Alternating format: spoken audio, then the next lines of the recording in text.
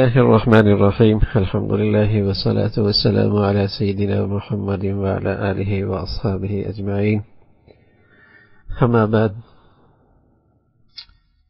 پیارے رسول صلی اللہ علیہ وسلم کی مبارک زندگی کا تذکرہ اور اللہ رب العزت ہمارے لیے گھڑیاں مبارک فرمائے رمضان کا مہینہ اور پھر یہ 21ویں کی رات اور رسول اللہ صلی اللہ علیہ وسلم کے یہ تذکرے اللہ ہمیں اس کے بدولت اپنے نبی سے سچی محبت کامل اتباع عطا فرما دے۔ فتح مکہ اس کے موقع پہ جو نصائح ہیں ان کا آج ہم تذکرہ کرتے ہیں کہ اللہ نے اپنے پیارے رسول صلی اللہ علیہ وسلم کو اور آپ کے اصحاب کو جس عظیم فتح سے مشرف فرمایا تھا۔ فتح مکہ کے واقعے سے آگاہی کے بعد اب ہم آپ سے اس سے ہمیں یہ بات بھی ہمارے سامنے آئی کہ ہجرت کی کیا اہمیت تھی، کہ اسلام کے راہ میں زمین، وطن، مال، اہل و عیال اور رشتہ داروں کی قربانی کی کیا قدر و قیمت ہے۔ اگر اسلام باقی رہے تو ان سب میں کوئی چیز ضائع نہیں ہوگی، لیکن اگر اسلام ہی باقی نہ رہ سکے تو یہ سب چیزیں انسان کے کسی کام کی نہیں۔ اس فتح عظیم کے واقعات میں غور کرنے سے ہمیں خوب اندازہ ہوا کہ اس سے پہلے ہونے والے جہاد، شہادت، آزمائشوں کی اللہ نے کیا خوب قیمت مسلمانوں کو عطا فرمائی ہے اور کیا مبارک ثمرات اہل اسلام کو ملے ہیں۔ ان میں سے کوئی چیز بھی ضائع نہیں کی گئی اور کسی مسلمان کا خون کا ایک قطرہ بھی رائے گا نہیں ہوا۔ مسلمانوں نے غزوات اور اسفار میں جو تکلیفیں اٹھائی تھیں، ان سب چیزوں کے ذریعے قسطوں میں فتح اور نصرت کی قیمت ادا کی گئی۔ بندوں کے بارے میں یہی اللہ کی سنت ہے، بغیر صحیح اسلام کے اللہ کی مدد نہیں آتی، اور اسلام معتبر نہیں جس میں اللہ کی بندگی نہ ہو۔ اسلام وہی اسلام ہے جس میں اللہ کی بندگی ہو، اور بندگی ناقابل اعتبار ہے جس میں انفاق، قربانی، تبرع، اللہ کے راہ میں جد و جہد نہ ہو۔ وہ بندگی نہیں جس میں انفاق، قربانی، اللہ کی دین کی خاطر جد و جہد، تبرع یہ نہ ہو۔ اس فتح کی تفصیل جاننے کے بعد ہمیں خوب ہمارے سامنے بات واضح ہوئی کہ صلح حدیبیہ کی کیا اہمیت تھی، اور اس کے ظاہر جس نے عمر رضی اللہ تعالیٰ عنہ کو اور دیگر بہت سے صحابہ کو حیرت میں ڈال دیا تھا، اس کے پس پردہ اللہ رب العزت کی کیا حکمتیں پوشیدہ تھی، آپ پورے اطمینان اور وثوق کے ساتھ جان سکتے ہیں، کیونکہ اللہ نے اس صلح کو فتح قرار دیا تھا اور فرمایا تھا فَجْعَلَ مِن دُونِ ذَلِكَ فَتْحًا قَرِيبًا، اس لیے وہ خوب پورا ہونے سے پہلے اس نے یہ قریبی فتح تم کو عطا فرما دی۔ یہ لوگ اپنے وطن، اہل و عیال، مال و جائیداد کے پاس اس حال میں لوٹے تھے کہ ان کی تعداد اب بہت بڑھ گئی تھی۔ مسلمان فتح مکہ کی صورت میں جو انہیں کامیابی ملی ہے، اب جب یہ لوٹے ہیں مکہ تو وطن، اہل و عیال، مال و جائیداد کے پاس اس حال میں لوٹے ہیں کہ ان کی تعداد، ان کی قوت، ان کی شان و شوکت میں خوب اضافہ ہوا، اور جن لوگوں نے کل انہیں نکالا تھا آج وہ عاجزی کے ساتھ، تضرع کے ساتھ ان کا استقبال کر رہے ہیں۔ اہل مکہ جوک در جوک اللہ کے دین میں داخل ہو رہے۔ حضرت بلال حبشی رضی اللہ تعالیٰ عنہ جنہیں اکثر مشرکین کے ہاتھوں مکہ میں چلچلاتی ہوئی زمین پر گھسیٹا جاتا تھا اور تکلیفیں دی جاتی تھیں، آج ان کی شان ہی کچھ اور ہے، اور وہ خانہ کعبہ پہ چھت پہ چڑھی ہوئی ہیں اور بلند آواز سے کہہ رہے ہیں اللہ اکبر، اللہ اکبر۔ وہ نحیف آواز جو کبھی عذاب کے کوڑے کھا کر احد احد پکارتی تھی، آج کعبۃ اللہ کے اوپر چڑھ کر اعلان کر رہے ہیں لا الہ الا اللہ محمد رسول اللہ، اور تمام لوگ خشوع اور خضوع اور خاموشی کے ساتھ اسے آج سن رہے ہیں۔ اور حضرت بلال کی یہ عظمت اور یہ شان اپنی سر کی آنکھوں سے دیکھ رہے ہیں۔ جان لو حقیقت صرف ایک ہے اور وہ اسلام ہے. حقیقت صرف ایک ہے اور وہ اسلام ہے، اور وہ اسلام ہی اس قابل ہے کہ اس کے راہ میں سب کچھ قربان کر دیا جائے. باقی وہ انسان بڑا احمق اور نادان ہے جو اسلام کے علاوہ کسی اور راہ پر اپنی صلاحیتیں، اپنی جد و جہد، اپنی زندگی کی قیمتی سرمایہ ضائع کر بیٹھتا ہے. وہ بڑا نادان ہے، بڑا احمق ہے. اسلام ہی وہ دولت ہے جس پر سب کچھ قربان کر دینا ہی بڑی سعادت کی بات ہے. اس فتح کے موقع پہ ہمارے سامنے یہ بات آتی ہے کہ جن لوگوں نے مسلمانوں کا معاہدہ اور مصالحت انہوں نے مسلمانوں سے کی تھی کہ وہ مسلمانوں کے ساتھ مل کے جنگ کریں گے اور مسلمانوں کے لیے مسلمانوں کی مدد کریں گے، لیکن اگر انہوں نے مصالحت کو اس میں عہد شکنی کی تو وہ حربی کافر بن جائیں گے، پھر مسلمان ان سے جنگ کر سکتے ہیں.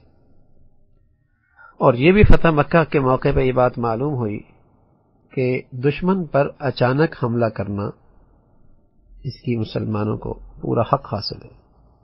رسول اللہ صلی اللہ علیہ وسلم نے مکہ پہنچنے کے بعد جو تدبیر اختیار کی، اس سے معلوم ہوتا ہے کہ دشمن بدعہدی کرے اور صلح پر قائم نہ رہے تو مسلمانوں کے امام اور سربراہ کے لیے یہ جائز ہے کہ وہ ان پر اچانک حملہ کر دیں. اس کے لیے آگاہ کر کے جنگ کا آغاز کرنا ضروری نہیں.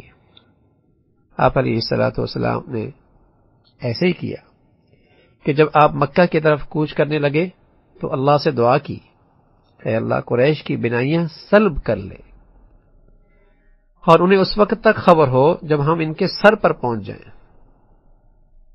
یعنی انہیں ہمارے آنے کی پہلے خبر نہ ہو. لیکن اگر بدعہدی کا اظہار نہ ہو اور ان کی عہد شکنی کا پتہ نہ لگے، واضح علامتیں موجود نہ ہوں، صرف اندیشہ ہو کہ انہوں نے بدعہدی کی ہے، اس صورت میں امام کے لیے جائز نہیں کہ ان سے معاہدہ کو ختم کر کے ان سے اچانک جنگ چھیڑ دے، بلکہ ضروری ہے کہ پہلے انہیں خبردار کر دے کہ اب تمہارا کوئی معاہدہ باقی نہیں رہا کیونکہ تم عہد کی خلاف ورزی کر رہے ہو. وَإِمَّا تَخَافَنَّ مِنْ قَوْمٍ خِيَانَةً فَانبِذْ إِلَيْهِمْ عَلَى سَوَاءٍ إِنَّ اللَّهَ لَا يُحِبُّ الْخَائِنِينَ. اگر کبھی تمہیں کسی قوم سے خیانت کا اندیشہ ہو تو ان کے معاہدے کو اعلانیہ ان کے آگے پھینک دو. پھینکنے کا مطلب یہ ہے کہ انہیں بتا دو کہ اب ہمارا معاہدہ باقی نہیں رہا. پھر اسی طرح کسی قوم کے بعد افراد کی بدعہدی پوری قوم کی بدعہدی ہوتی ہے. اگر قوم ان افراد کو نہ روکے اور ان کی عہد شکنی پر ان کا مواخذہ نہ کرے اور ان کی طرف سے کوئی اس کی مزاحمت نہ ہو تو یہ پوری قوم کی بدعہدی ہے. جیسے یہاں چند لوگوں نے بدعہدی کی تو اس کی سزا ساری قوم کو ملی کیونکہ وہ بھی اس بدعہدی میں شریک قرار پائے. پھر حضرت حاتب بن ابی بلتہ رضی اللہ تعالیٰ عنہ جو مخلص صحابی تھے اور صرف جنہوں نے اپنے مکہ میں جان و مال کی حفاظت کی خاطر اطلاع دی کہ اللہ کے نبی صلی اللہ علیہ وسلم مکہ پہ حملہ آور ہونے والے ہیں،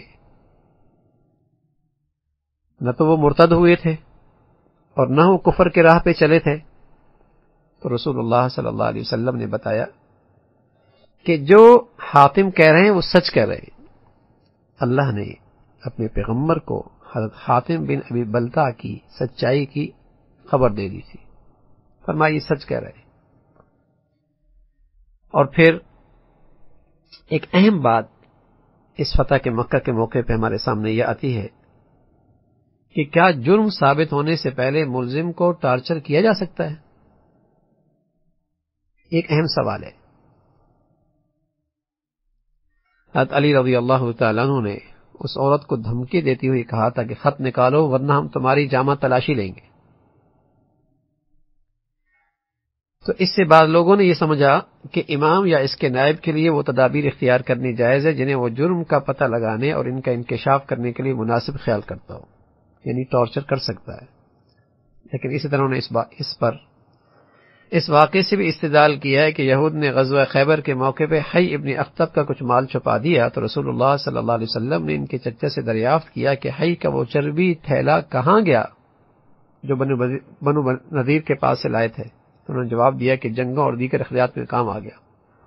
آپ نے فرمایا ابھی تو وہ لائے تھے اور وقت بھی نہیں گزرا، وہ مال تو بہت تھا. تو رسول اللہ صلی اللہ علیہ وسلم نے اسے حضرت زبیر کے حوالے کر دیا، ذرا ان کے جائزہ لو تاکہ یہ سچ بتا دیں.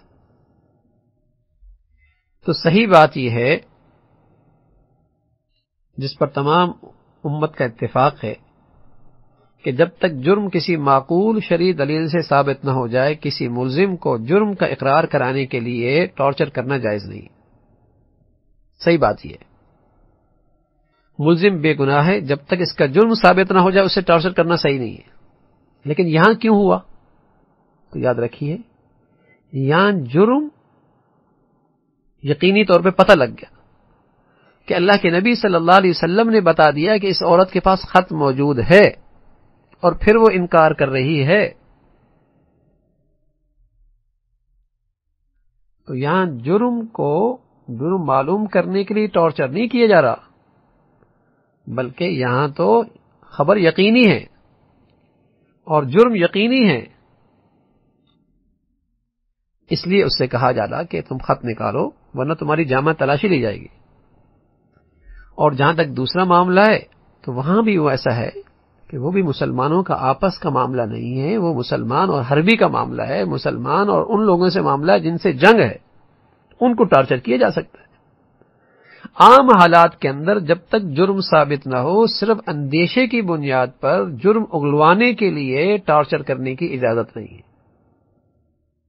جیسے ہمارے عام طور پہ ہوتا ہے، اب پتہ چلا کہ گھر سے کوئی چوری ہو گئی، اب ٹارچر کیا جاتا ہے. کس کو؟ ماسی کو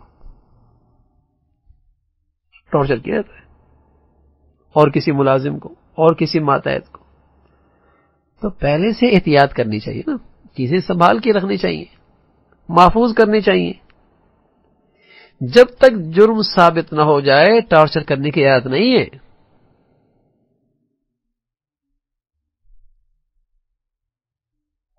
تو اس موقع پہ ہمیں یہ بات بھی ہمارے سامنے آئی. پھر اللہ کے دشمنوں کو دوست بنانا، اس کی بالکل اجازت نہیں ہے. رسول اللہ صلی اللہ علیہ وسلم کے حاطب سے ہونے والی گفتگو اور اس موقع پہ نازل ہونے والی قرآنی آیات سے واضح ہوتا ہے کہ مسلمان خواہ کیسی ہی حالات سے دوچار ہو، اس کے لیے جائز نہیں کہ وہ اللہ کے دشمنوں کو اپنا دوست بنائے، ان کے ساتھ دوستی کی بھینگیں بڑھائے یا ان کے جانب اخوت اور تعاون کا ہاتھ دراز کرے. یہ حکم دیا گیا باوجود ہے کہ حضرت حاطب نے عذر پیش کیا کہ وہ قریش کے صرف حلیف تھے، ان سے ان کا کوئی نسبی تعلق نہیں تھا. باقی مہاجرین کے قرابت دار مکہ میں موجود تھے، ان کے ساز و سامان اور گھر والے محفوظ تھے، اور میں نے صرف اپنے ساز و سامان اور گھر والوں کی حفاظت کی خاطر ان کو آگاہ کرنا چاہا تاکہ میرے وہ احسان مند ہو جائیں. اس موقع پہ یہ قرآن کی آیت نازل ہوئی اور جس میں مسلمانوں کو حکم دیا کہ ولایت کا تعلق، دوستی کا تعلق صرف اللہ سے ہو اور اللہ کی نسبت ہی سے کسی سے ولایت کا تعلق رکھا جائے. اللہ کے دشمنوں سے دوستی اور وہ دلی دوستی مسلمان کے لیے جائز نہیں. اگر دوستی ان کے ساتھ جائز ہوتی تو پھر اللہ کی راہ میں اپنی جان، مال، خواہشات کی قربانی یہ پیش کرنے کا کیا مطلب ہوتا؟ پھر دوستی لگا لو ان سے. جو اللہ کے راہ میں جان، مال کی قربانی کی ترغیب ہے اور اس کے فضائل ہیں اور اس کی اہمیت ہے اور اس پر فتوحات کی بنیاد ہے، پھر تو اس کی اہمیت ہی ختم ہو جاتی. اس لیے حکم ہے کہ مسلمان کیسی حالات سے دوچار کیوں نہ ہو، اس کے لیے جائز نہیں کہ وہ اللہ کے دشمنوں سے دلی دوستی رکھے. یہ جائز نہیں ہے. اس زمانے میں ایسے بہت سے لوگوں کا مسئلہ ہے جو اپنے آپ کو مسلمان کہتے ہیں، نماز کی ادائیگی کے لیے مسجد جاتے ہیں، بہت سے اذکار میں مصروف بھی نظر آتے ہیں، ہاتھوں میں تسبیح گھماتے رہتے ہیں، لیکن ان کے جو روابط ہیں اور تعلقات ہیں وہ اللہ کی خاطر نہیں ہے. اس کا محرک اللہ کی ذات، اللہ کی محبت، اللہ کے رسول کی محبت نہیں ہے. ان کے جو تعلقات کی بنیاد ہے وہ ذاتی مفادات ہیں، دنیا کے اغراض ہیں، دنیا کے مقاصد ہیں. حالانکہ وہ نمازی بھی ہیں، تسبیح بھی پڑھتے ہیں، ذکر و اذکار بھی کرتے ہیں، لیکن ان کے تعلقات کی محرک اللہ اور اللہ کے رسول کی ذات نہیں ہے، ذاتی مفادات ہیں، اغراض ہیں، دنیاوی نقشے پیش نظر ہیں. یہی وہ منافقین ہیں جن کی وجہ سے مسلمان ہمیشہ پاسماندگی، انتشار اور زحف کا شکار رہا ہے. اور یہی وہ لوگ ہیں جو ہر مرتبہ اسلام اور مسلمانوں کے خلاف رچی جانے والی مختلف سازشوں میں پیش پاش رہتے ہیں. پھر اسی غزوے میں حضرت ابو سفیان جنہیں اللہ نے اسلام کی دولت دی، آپ علیہ الصلوۃ والسلام کا ابو سفیان سے کیا رویہ تھا؟ فتح مکہ کے موقع پہ ایک عجیب و غریب واقعہ پیش آیا کہ قریش کو رسول اللہ صلی اللہ علیہ وسلم سے جنگ سے باز رکھنے والوں میں اور اللہ کے دین میں جوک در جوک داخل ہونے والوں میں ابو سفیان سرفرست تھے. حالانکہ اس سے پہلے جتنی جنگیں ہوئی تھی ان جنگوں میں جنگ کرانے میں یہ پیش تھے، اور آج فتح مکہ کے موقع پہ جنگ سے باز رکھنے میں اور اللہ کے دین کی طرف راغب کرنے میں ابو سفیان پیش ہے. شاید یہ حکمت الہی ہے، اور اس کا تقاضا یہ تھا کہ مکہ بغیر کسی قابل ذکر قتال کے فتح ہو، اور وہاں کے باشندے جنہیں رسول اللہ صلی اللہ علیہ وسلم کو جنہوں نے جلاوطن کیا تھا، تکلیفیں پہنچائی تھی اور جنگ کی تھی، وہ مسلمانوں کی جدوجہد اور مارکہ آرائی کے بغیر آپ کی اطاعت قبول کر لیں. اس لیے ظہران کے پاس رسول اللہ صلی اللہ علیہ وسلم سے جب ابو سفیان کی ملاقات ہوئی تو اس نے اسلام قبول کر لیا، اور اسلام قبول کرنے کے بعد مکہ میں اپنے قوم کے پاس واپس گئے اور ان کے ذہنوں سے جنگ اور قتال کا خیال نکالنے کے لیے انہیں ترغیب دینے لگے،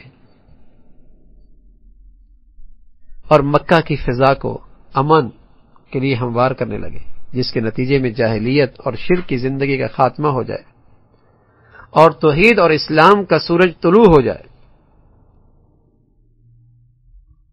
اس چیز کی تمہید کا ایک مظہر یہ تھا کہ ابو سفیان نے جب اسلام قبول کیا تو رسول اللہ صلی اللہ علیہ وسلم نے اعلان کرا دیا کہ جو ابو سفیان کے گھر میں داخل ہوں گے اس کے لیے امان ہے. یہ آپ علیہ الصلوۃ والسلام نے اس کے لیے تالیف قلب اور اس کے دل میں اسلام راسخ ہو جائے، یہ اس کے لیے اللہ کے نبی نے اس کا اہتمام فرمایا. جب بعد انصار صحابہ نے رسول اللہ صلی اللہ علیہ وسلم سے یہ اعلان کرتے سنا جو ابو سفیان کے گھر میں داخل ہو جائے اس کے لیے امان ہے، تو اس وقت ان کے ذہنوں میں یہ حکمت اوجل ہو گئی تھی کہ اللہ کے نبی صلی اللہ علیہ وسلم کے پیش نظر یہ ہے کہ دل میں ایمان راسخ ہو جائے اور اس کے لیے تالیف قلب کا یہ سامان ہو جائے. تو بعد انصار کے ذہن میں یہ بات نہیں آئی،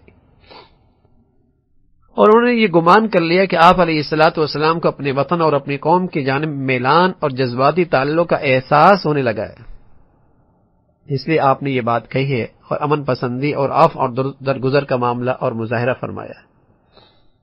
حضرت ابو ہریرہ فرماتے ہیں کہ رسول اللہ صلی اللہ علیہ وسلم نے جب یہ اعلان کیا تو بعد انصار آپس میں کہنے لگے ایسا لگتا ہے کہ حضور علیہ الصلوۃ والسلام کو اپنے وطن کی طرف مائل ہو گئے اور آپ کے دل میں اپنے رشتہ داروں اور اہل خاندان کے لیے ہمدردی پیدا ہو گئی. اس کی اطلاع آپ کو وحی کے ذریعے اللہ نے دے دی کہ انصار اس قسم کی گفتگو آپس میں کر رہے ہیں. حضرت ابو ہریرہ فرماتے ہیں کہ جب وحی نازل ہوئی تو ہمیں نازل ہوتی تھی تو ہمیں خبر ہو جاتی تھی، اور نزول وحی کے وقت ہم میں سے کوئی بھی شخص رسول اللہ صلی اللہ علیہ وسلم کی طرف نظر اٹھا کر دیکھنے کی ہمت نہیں کر پاتا تھا. وحی آ جانے کے بعد رسول اللہ صلی اللہ علیہ وسلم نے انصار کو متوجہ کیا اور فرمایا اے گروہ انصار، انہوں نے جواب دیا لبیک یا رسول اللہ، آپ نے فرمایا تم لوگوں نے میرے بارے میں یہ بات کہی ہے کہ میرے دل میں اپنے وطن کی طرف میلان پیدا ہو گیا ہے. انہوں نے عرض کیا کہ ہم میں سے بعض لوگوں نے یہ بات کہی ہے، اور آپ علیہ الصلوۃ والسلام نے فرمایا ہرگز نہیں، ہرگز نہیں، میں اللہ کا بندہ اور اس کا رسول ہوں. میں نے اللہ کی طرف اور تمہاری طرف ہجرت کی ہے، اور میرا جینا مرنا اب تمہارے ساتھ ہے. یہ سن کر صحابہ رونے لگے اور کہنے لگے ہم نے یہ بات محض اس وجہ سے کہی تھی کہ اللہ اور اس کے رسول سے ہمیں محبت بہت ہے. یہ اس محبت کی وجہ سے ہم نے بات کہی ہے.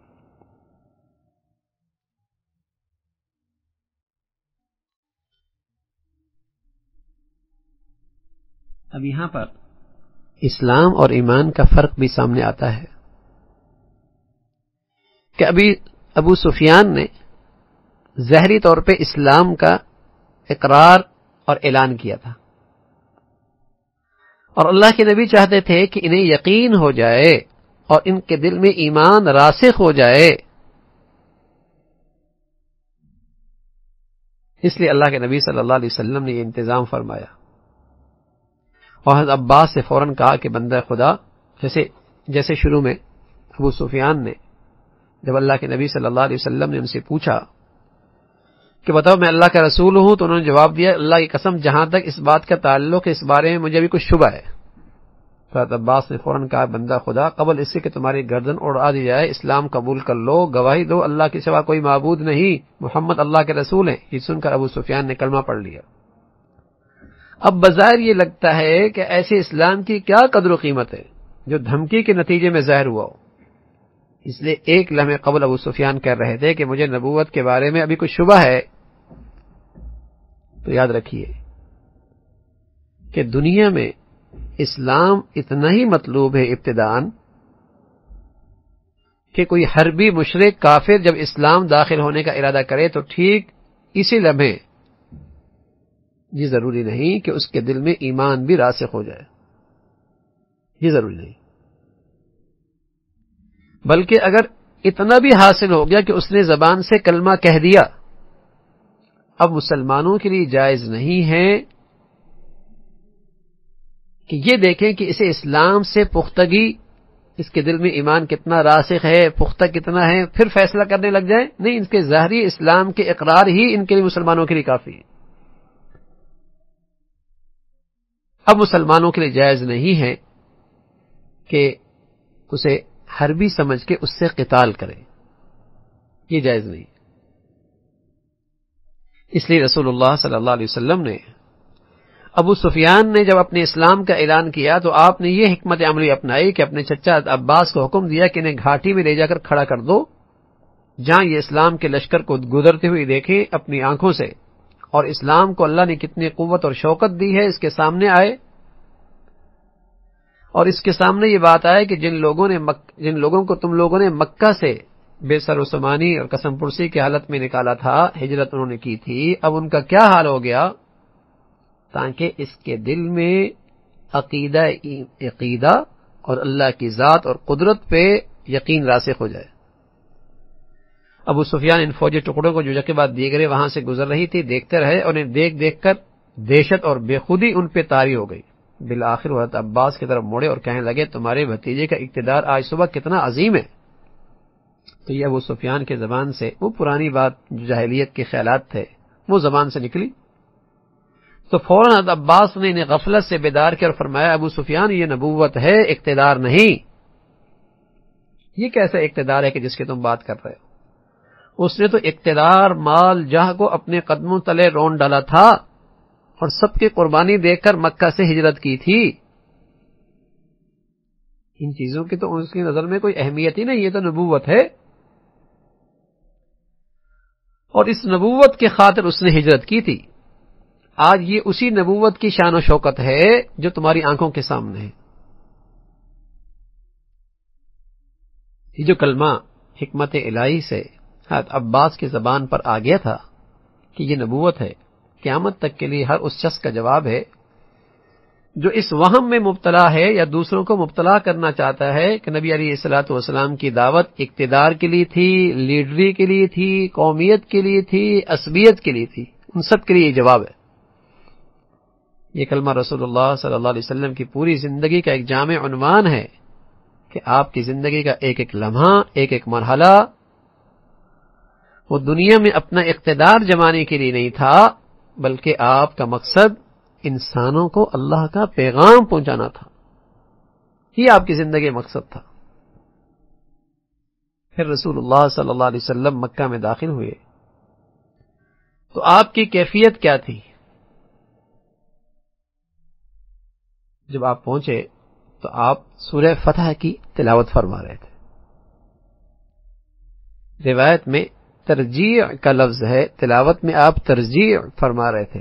اس سے مراد قرات کا وہ مخصوص کیفیت ہے جس میں قاری ترنم سے پڑھتا ہے. اس سے معلوم ہوتا ہے کہ مکہ میں داخلے کے وقت رسول اللہ صلی اللہ علیہ وسلم کے ساتھ رسول اللہ صلی اللہ علیہ وسلم اپنے اللہ کے ساتھ شہود اور مناجات کی حالت میں تھے. اس وقت آپ کے دل میں عظیم فتح اور کامرانی کا نشہ نہیں چڑھا ہوا تھا، نہ آپ کے احساسات پر گھمنڈ اور غرور طاری تھا، بلکہ آپ بارگاہ الہی میں مکمل خود سپردگی آپ نے اختیار کر رکھی تھی، اور اس کی تائید اور نصرت پر آپ اللہ کا شکر بجا لا رہے تھے، جو اللہ کی مدد اور نصرت آپ اپنی آنکھوں سے آج دیکھ رہے تھے. اس کی منظر کی مزید وضاحت ابن اسحاق کی روایت سے ہوتی ہے کہ رسول اللہ صلی اللہ علیہ وسلم جب مقام ذی طوا پہنچے تو فتح کے اعزاز سے سرشار ہو کر تواضع میں آپ کا سر جھکا جا رہا تھا، یہاں تک کہ آپ کی ریش مبارک کجاوے کے درمیانی ابھار کو چھونے لگی. عاجزی کے ساتھ، انکساری کے ساتھ اب مکہ میں داخل ہو رہے ہیں. تو اس وقت رسول اللہ صلی اللہ علیہ وسلم مکمل بندگی کی حالت میں مستغرق تھے، کیونکہ آپ رب کے احکام کی تعمیل کے ثمرات آج اپنے سامنے دیکھ رہے تھے. قربانی، مجاہدے، تکلیفیں جو اٹھائی تھی اس کا نتیجہ آج آپ کی آنکھوں کے سامنے تھا. اور جس شہر کے لوگوں نے آپ کو وہاں سے نکلنے پہ مجبور کیا تھا، اس شہر میں اللہ رب العزت نے آج آپ کو پوری شان و شوکت اور اعزاز کے ساتھ واپس لایا تھا. یہ وقت صرف اللہ کے شکر بجا لانے کا تھا، اور اس میں مکمل بندگی ہی آپ کی شایع نشان تھی. ضروری ہے کہ مسلمان ہمیشہ یہی حال ہو، خوشی کا موقع ہو، تکلیف کی حالت ہو، پریشانی کا موسم ہو، فراخی ہو یا تنگی، کمزوری کی حالت میں ہو یا طاقتور ہو، ہمیشہ اللہ کی مطلق بندگی ہی بجا لانی چاہیے. ہر حال میں کوئی بھی حالت اس پہ طاری ہو، اس کی زندگی میں اللہ کی بندگی نظر آنی چاہیے. یہ مسلمان کا ہمیشہ حال ہونا چاہیے. مسلمانوں کے لیے ہرگز مناسب نہیں کہ جب وہ مصیبت کا شکار ہو، پریشانی میں مبتلا تو اللہ کے سامنے عاجزی کا مظاہرہ کرے، لیکن جو ہی پریشانی دور ہو، تکلیف ہٹے، وہ ایسا مدہوش ہو جائے کہ ہر چیز سے غافل ہو جائے، اور ایسا لگے کہ جیسے اس نے پریشانی میں اپنے اللہ کو یاد ہی نہیں کیا تھا، اور اس کے سامنے عاجزی کا اظہار ہی نہیں کیا تھا. پھر قرآن مجید کی تلاوت ترنم کے ساتھ کرنا، اس کی پوری اجازت ہے، اور یہی تمام امت کی رائے ہے. البتہ ایک روایت یہ بھی آتی ہے کہ تلاوت گانے کے انداز میں کرنا یہ منع ہے. تو یاد رکھیں، ممانعت کی صورت یہ ہے کہ جب حروف اور کلمات صحیح عربی مخارج سے اس کی ادائیگی نہ ہو. اس انداز سے تلاوت قرآن بالاتفاق ناجائز، اور ویسے اچھے لہجے میں اچھے ترنم سے قرآن پڑھنا یہ جائز ہے، بلکہ مستحب ہے. مکہ کے مختلف راستوں سے اللہ کے نبی صلی اللہ علیہ وسلم نے لشکر کو حکم دیا کہ مختلف راستوں سے ہوتے ہوئے مکہ میں داخل ہو، سب لوگ ایک راستے سے داخل نہ ہو. اور اس کا مقصد یہ تھا کہ اہل مکہ کی جانب سے اگر مزاحمت اور جنگ پیش نظر ہے تو مختلف راستے سے جب لشکر آئے گا تو انہیں جنگ کی نوبت انہیں نہیں ہوگی، اور ان کے لیے مزاحمت کرنا آسان نہیں رہے گی. کیونکہ اگر وہ جنگ کرنا بھی چاہیں گے تو ان کے لیے یہ تقسیم اور اس وقت اپنی فوج کے اندر ان کو مختلف حصوں کی طرف منتقل کرنا ایک مشکل ہوگا، اور یوں وہ بغیر مزاحمت کے اور یوں مزاحمت کے جو اسباب ہوں گے وہ کمزور ہو جائیں گے۔ اور رسول اللہ صلی اللہ علیہ وسلم کی چاہت یہی تھی کہ جہاں تک ممکن ہو اس فتح میں خون نہ بہے اور اس مکہ کے شہر میں امن اور سلامتی ہی قائم رہے۔ اس لیے آپ علیہ الصلوۃ والسلام نے مسلمانوں کو حکم دیا کہ صرف انہی لوگوں سے جنگ کریں جو ان سے جنگ کریں۔ آپ نے اعلان فرما دیا جو اپنے گھر سے باہر نہ نکلے اور اپنا دروازہ بند رکھے اس کے لیے بھی امان ہے، جو مسجد میں داخل ہو اس کے لیے بھی امان ہے، اور جو ابو سفیان کے گھر میں داخل ہو اس کے لیے بھی امان ہے۔ پھر مخصوص احکام حرم مکی کے ہیں، قتال کی حرمت ہے، اور مشرک آدمی وہ نجس ہے، وہ بھی حرم میں داخل نہیں ہو سکتا، اس کے لیے بھی داخل ہونے کی اجازت نہیں ہے۔ حرم میں شکار کی حرمت ہے، نباتات کو کاٹنے کی حرمت ہے، اور اسی طرح جو آدمی حرم میں داخل ہو باہر سے آ رہا ہے اس کے لیے احرام کی حالت میں داخل ہونا بھی ضروری ہے۔ غیر مسلموں کا حرم کے اندر داخل رہنا یا داخل ہونا اس کی اجازت نہیں ہے۔ پھر رسول اللہ صلی اللہ علیہ وسلم خانہ کعبہ میں داخل ہوئے۔ ابن عباس فرماتے ہیں کہ رسول اللہ صلی اللہ علیہ وسلم خانہ کعبہ میں اس وقت داخل نہیں ہوئے جب تک کہ سارے بت نکال نہیں دیے گئے، اور اس کے اندر جو بت موجود تھے ابراہیم علیہ الصلوۃ والسلام، اسماعیل علیہ الصلوۃ والسلام کی تصویریں، مجسمے، جب تک وہ باہر نہیں نکالے گئے آپ علیہ الصلوۃ والسلام خانہ کعبہ میں داخل نہیں ہوئے۔ جب وہ نکال دیے تو آپ داخل ہو کر آپ نے اس کے گوشوں میں تکبیر کہی، نماز ادا نہیں کی۔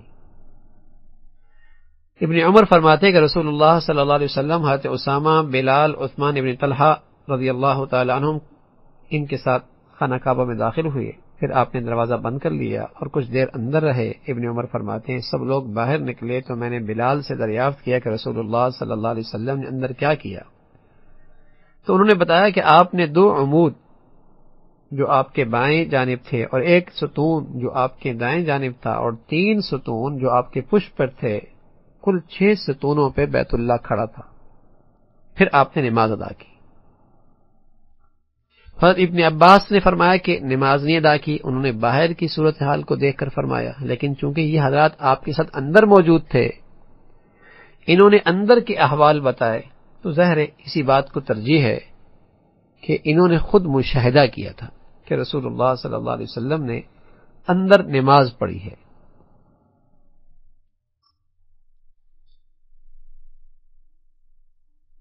پھر اس میں جو ایک حدیث سامنے آئی ہے، اس سے یہ معلوم ہوا کہ حضور علیہ الصلوۃ والسلام خانہ کعبہ کے اندر اس وقت تک داخل نہیں ہوئے جب تک کہ اس کے اندر موجود تمام صورتیں اور بت نکال نہیں دیے گئے۔ حضرت جابر سے روایت ہے کہ رسول اللہ صلی اللہ علیہ وسلم نے بطحہ میں حضرت عمر ابن خطاب کو حکم دیا کہ خانہ کعبہ کے اندر جا کر وہاں جتنی تصویریں بنی ہوئی ہیں سب کو مٹا دو۔ پینٹنگ تھی وہاں پر، کچھ بت بنے ہوئے تھے اور کچھ دیواروں میں پینٹنگ کی ہوئی تھی۔ آپ علیہ الصلوۃ والسلام اس وقت تک اندر تشریف نہیں لے گئے جب تک کہ تصویریں مٹا نہیں دی گئی۔ حضرت اسامہ کی روایت ہے کہ رسول اللہ صلی اللہ علیہ وسلم خانہ کعبہ کے اندر داخل ہوئے تو وہاں حضرت ابراہیم علیہ الصلوۃ والسلام کی تصویر دیکھی، آپ نے پانی منگوایا اور اسے مٹایا، وہ دیوار پہ بنی ہوئی تھی۔ ان حدیث سے یہ بات معلوم ہوئی کہ رسول اللہ صلی اللہ علیہ وسلم نے دیواروں پر بنی ہوئی تصویروں کو مٹانے اور درمیان میں کھڑے ہوئے مجسموں کو باہر نکال دینے کا حکم دیا تھا، چاہے مجسموں کی شکل میں تصویریں ہوں یا دیواروں میں پینٹنگ کی گئی ہو۔ آپ علیہ الصلوۃ والسلام نے ان کو مٹایا اور وہاں سے نکلوایا۔ تو معلوم ہوتا ہے کہ اس کے بعد جب آپ اندر تشریف لے گئے تو بعض دیواروں پر تصویروں کے کچھ بچے کچھ اثرات موجود تھے، آپ نے پانی منگوا کر انہیں اچھی طرح سے رگڑ کر صاف کر دیا۔ اس سے یہ بات معلوم ہوئی کہ اسلام میں تصویر سازی اور تصویروں اور مجسموں کا کیا حکم ہے۔ امام نووی رحمۃ اللہ علیہ ایک اقتباس آپ کے سامنے پیش کرتے ہیں جو صحیح مسلم کی شرح میں انہوں نے لکھی ہے کہ ہمارے اصحاب اور دیگر علماء نے فرمایا کسی جاندار کی تصویر بنانا شدید حرام ہے۔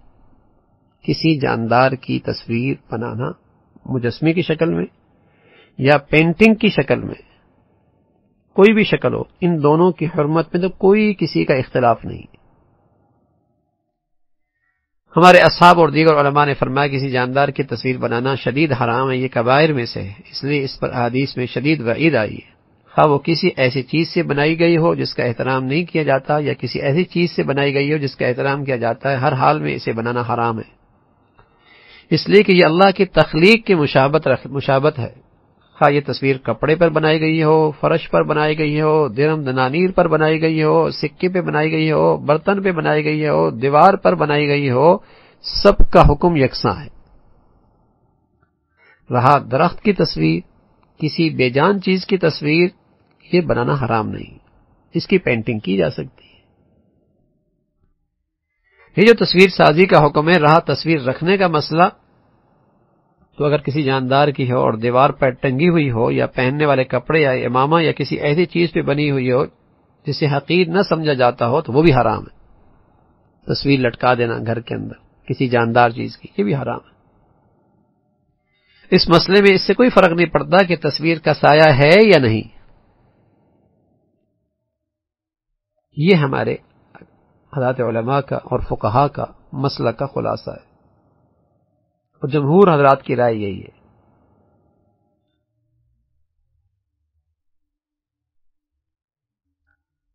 آج کل لوگ یہ سوال کرتے ہیں کیمرے کے ذریعے کھینچی گئی تصویروں کا کیا حکم ہے؟ کیا وہ بھی ان پینٹنگ اور تصویروں کے حکم میں ہے جنہیں ہاتھ کی مہارت سے بنایا جاتا ہے، یا ان کا دوسرا حکم ہے؟ تو امام نووی رحمۃ اللہ علیہ نے تصویر کی جو علت ذکر کی ہے، اسے تو بعض لوگوں نے یہ سمجھا ہے کیمرے سے لی گئی تصویر کا حکم باقی ہاتھ سے بنائی گئی تصویر جیسا نہیں، اس لیے کہ اس میں کسی کاریگری یا ہاتھ کی مہارت کا اظہار نہیں ہوتا، اس سے اللہ کی مخلوق کی مشابت بھی نہیں ہوتی، بلکہ یہ تصویر کیمرہ کا بٹن دباتے ہی اس کے اندر شکل کا سایہ رک جانے سے وجود میں آ جاتی ہے، اور یہ کام ایک چھوٹا سا بچہ بھی کر سکتا ہے۔ لیکن حقیقت یہ ہے کہ اس معاملے میں احتیاط ملحوظ رکھی جائے، اور حدیث کے مطلق الفاظ کو دیکھتی ہوئی تصویر کی مختلف قسموں کے درمیان بتکلف فرق نہیں کرنا چاہیے۔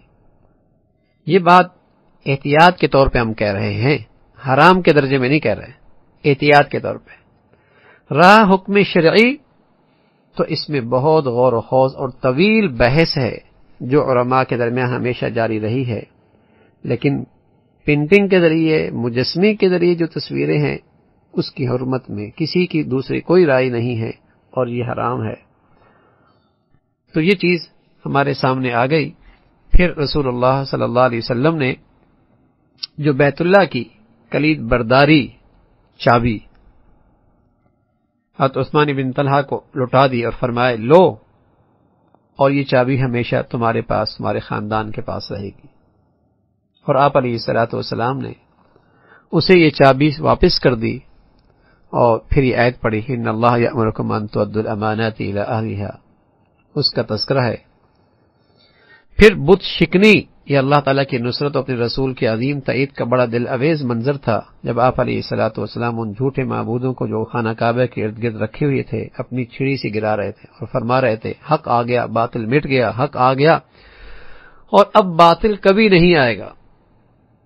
ابن اسحاق کی روایت ہے کہ ہر بت نیچے زمین سے جڑا ہوا تھا تاکہ سیدھا کھڑا رہ سکے۔ رسول اللہ صلی اللہ علیہ وسلم جو ہی کسی بت کو اپنی چھڑی سے ٹھوکر مارتے، وہ اوندے منہ گرتا اور ٹکڑے ٹکڑے ہو جاتا، اور کیوں نہ ہو جب اللہ نے اپنے نبی کے ذریعے قریش کے غرور کو خاک میں ملا دیا تھا، اور اہل مکہ کو آپ کے لائے ہوئے دین کا تابع اور آپ کی بلند کی ہوئی صدائے حق کا مطیع اور فرما بردار بنا دیا تھا، تو ان بت کے شرک کے نقشوں کے ساتھ بھی ایسا ہی ہونا تھا۔ فتح مکہ کے دن رسول اللہ صلی اللہ علیہ وسلم نے خطبہ دیا، اور آپ نے فرمایا کوئی معبود نہیں سوائے اللہ کے، اور کوئی اس کا شریک نہیں، اور اس نے اپنا وعدہ سچ کر دکھایا، اپنے بندے کی مدد کی، اور تمام جتھوں کو تنہا اللہ کی ذات نے شکست دی۔ اس کے بعد آپ کی ذمہ داری یہ تھی کہ قریش اور ان کے علاوہ تمام انسانوں کے سامنے نئے معاشرے اور اس کی امتیازی وصف کا اعلان کریں، اور اس کا آپ نے اعلان یوں فرمایا کہ یا ایھا الناس انا خلقناکم من ذکر و انثی وجعلناکم شعوبا وقبائل لتعارفوا ان اکرمکم عند اللہ اتقاکم۔ اب جو نئے معاشرے کی بنیاد پڑے گی، اس کے ہاں عزت اور بڑائی کی بنیاد تقوی ہوگی، اور یوں فرمایا، اے لوگو، ہم نے تم کو ایک مرد ایک عورت سے پیدا کیا اور پھر تمہاری قومیں اور برادریاں بنا دی تاکہ تم ایک دوسرے کو پہچانو۔ حقیقت میں اللہ کے نزدیک تم میں سب سے زیادہ عزت والا وہ ہے جو تمہارے اندر سب سے زیادہ پرہیزگار ہے۔ اب معاشرے کی بنیاد بڑائی اور عزت کی اور تقوی کی بنیاد ہوگی۔ ایسے نئے معاشرے کی بنیاد آپ رکھنے جا رہے تھے۔ اس لیے ان قدیم جاہلی رسم و رواج اور آباء و اجداد پر فخر، قومیت اور دیگر عصبیتوں کو اور جسے کہیں کہ عصبیتوں کو اور مباحات کو اور رنگ نسل کی بنیاد پر فخر اور غرور کو، ان کو سبھی کو اللہ کے نبی صلی اللہ علیہ وسلم نے اپنے پاؤں تلے رون ڈالا، دفن کر دیا اور بتا دیا کہ تمام انسان آدم سے ہیں اور آدم مٹی سے بنی ہوئی ہیں۔ جاہلیت کی ساری تہذیب کو ان الفاظ سے آپ نے لپیٹ دیا۔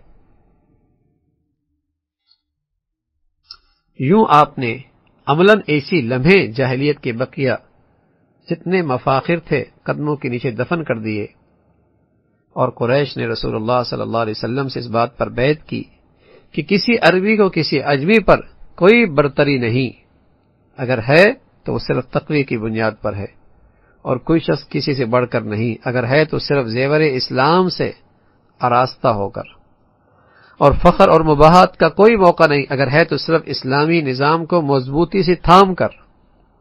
جب قریش نے رسول اللہ صلی اللہ علیہ وسلم سے یہ بیعت کر لی تو پھر اللہ نے دنیا کے زمام اقتدار ان کے ہاتھوں میں دے دی اور دنیا ان کے سامنے سرنگو ہو گئی۔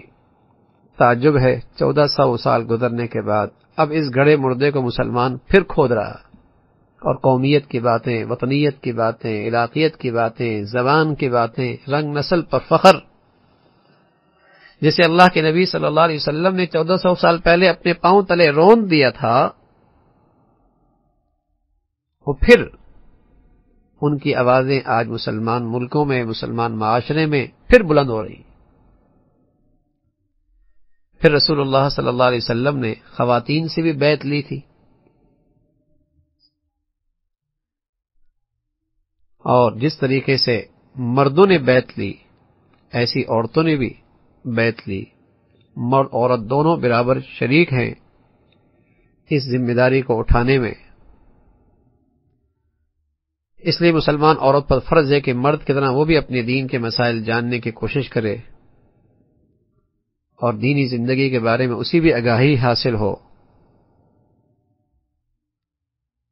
تو آپ علیہ الصلوۃ والسلام نے مردوں کے ساتھ ساتھ عورتوں سے بھی بیعت لی، لیکن آپ علیہ الصلوۃ والسلام نے کسی بھی اجنبی عورت سے کبھی مصافحہ نہیں کیا، کبھی اس کا ہاتھ اپنے ہاتھ میں نہیں لیا، صرف زبانی آپ نے بیعت فرمائی۔ اس کے خلاف مردوں کے ان کے ہاتھ پہ ہاتھ پر آپ نے بیعت لی۔ مرد کے لیے کسی جائز نہیں ہے کہ وہ کسی اجنبی عورت کو سے اس کی جلد مست ہو، اور کسی مرد کے لیے جائز نہیں کہ وہ کسی اجنبی عورت سے وہ مصافحہ کرے یا اس کے ہاتھوں کو چھوئے۔ ہاں، شدید ضرورت کی بنیاد پر، علاج معالجے کی صورت میں، اور کوئی شرعی ضرورت عذر ہے تو اس صورت میں اس کی اجازت ہے۔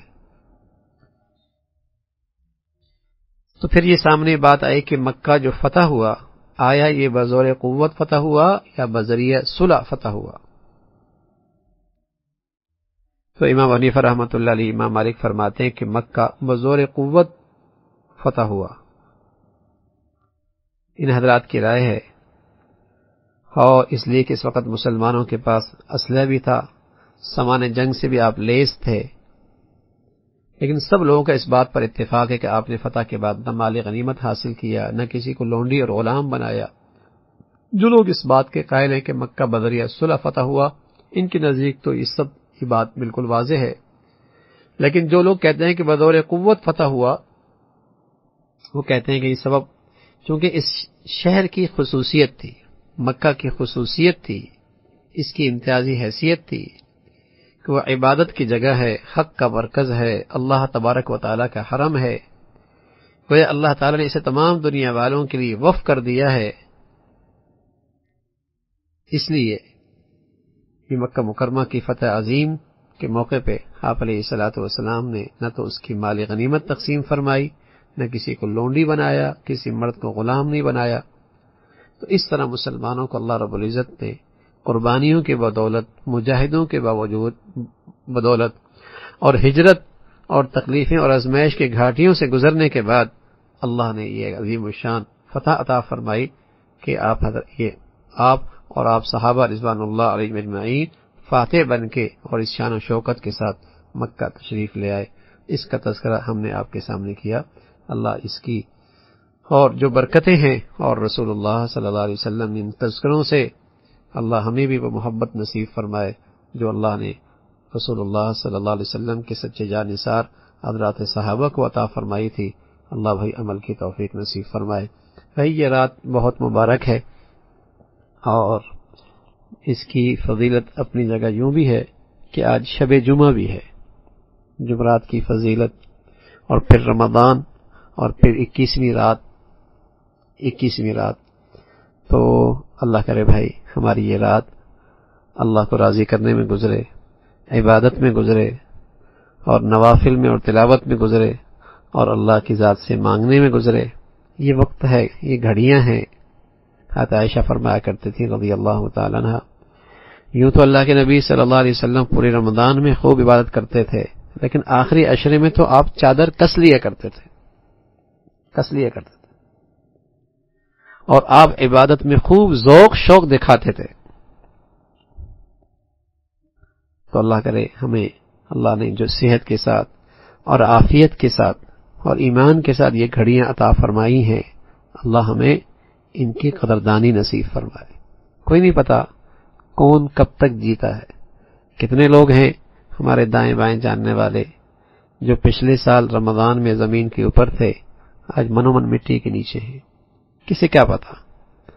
تو اللہ کرے ان گھڑیوں میں کچھ ایسا ہو جائے کہ اللہ کے دربار میں حاضری ہو تو پھر شرمندگی نہ ہو، پھر افسوس نہ رہے، پھر حسرت باقی نہ رہے۔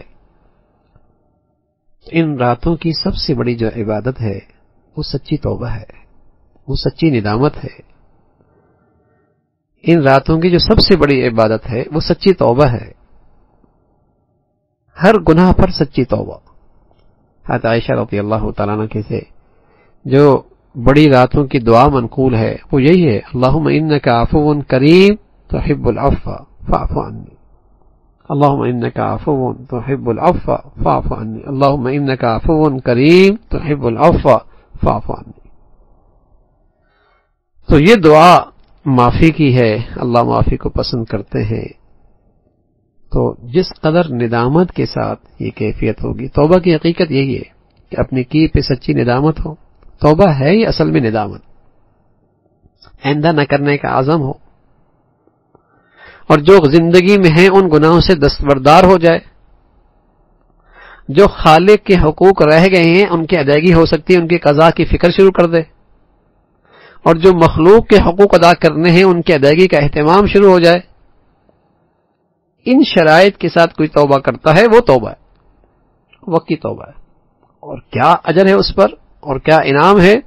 التائب من الذنب کمن لا ذنب لہ، توبہ کرنے والا ایسا جیسے اس نے گناہ کیا ہی نہیں۔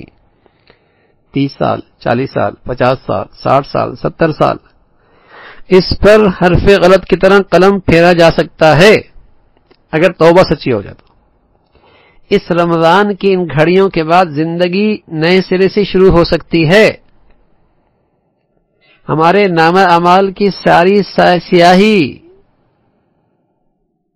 مٹائی جا سکتی ہے۔ تو یہ موقع ہے، اللہ رب العزت ہم سب کو اور ساری امت کو اس کی توفیق نصیب فرمائے۔ سبحانک اللہم و بحمدک، نشہد ان لا الہ الا اللہ، نستغفرک و نتوب الیک۔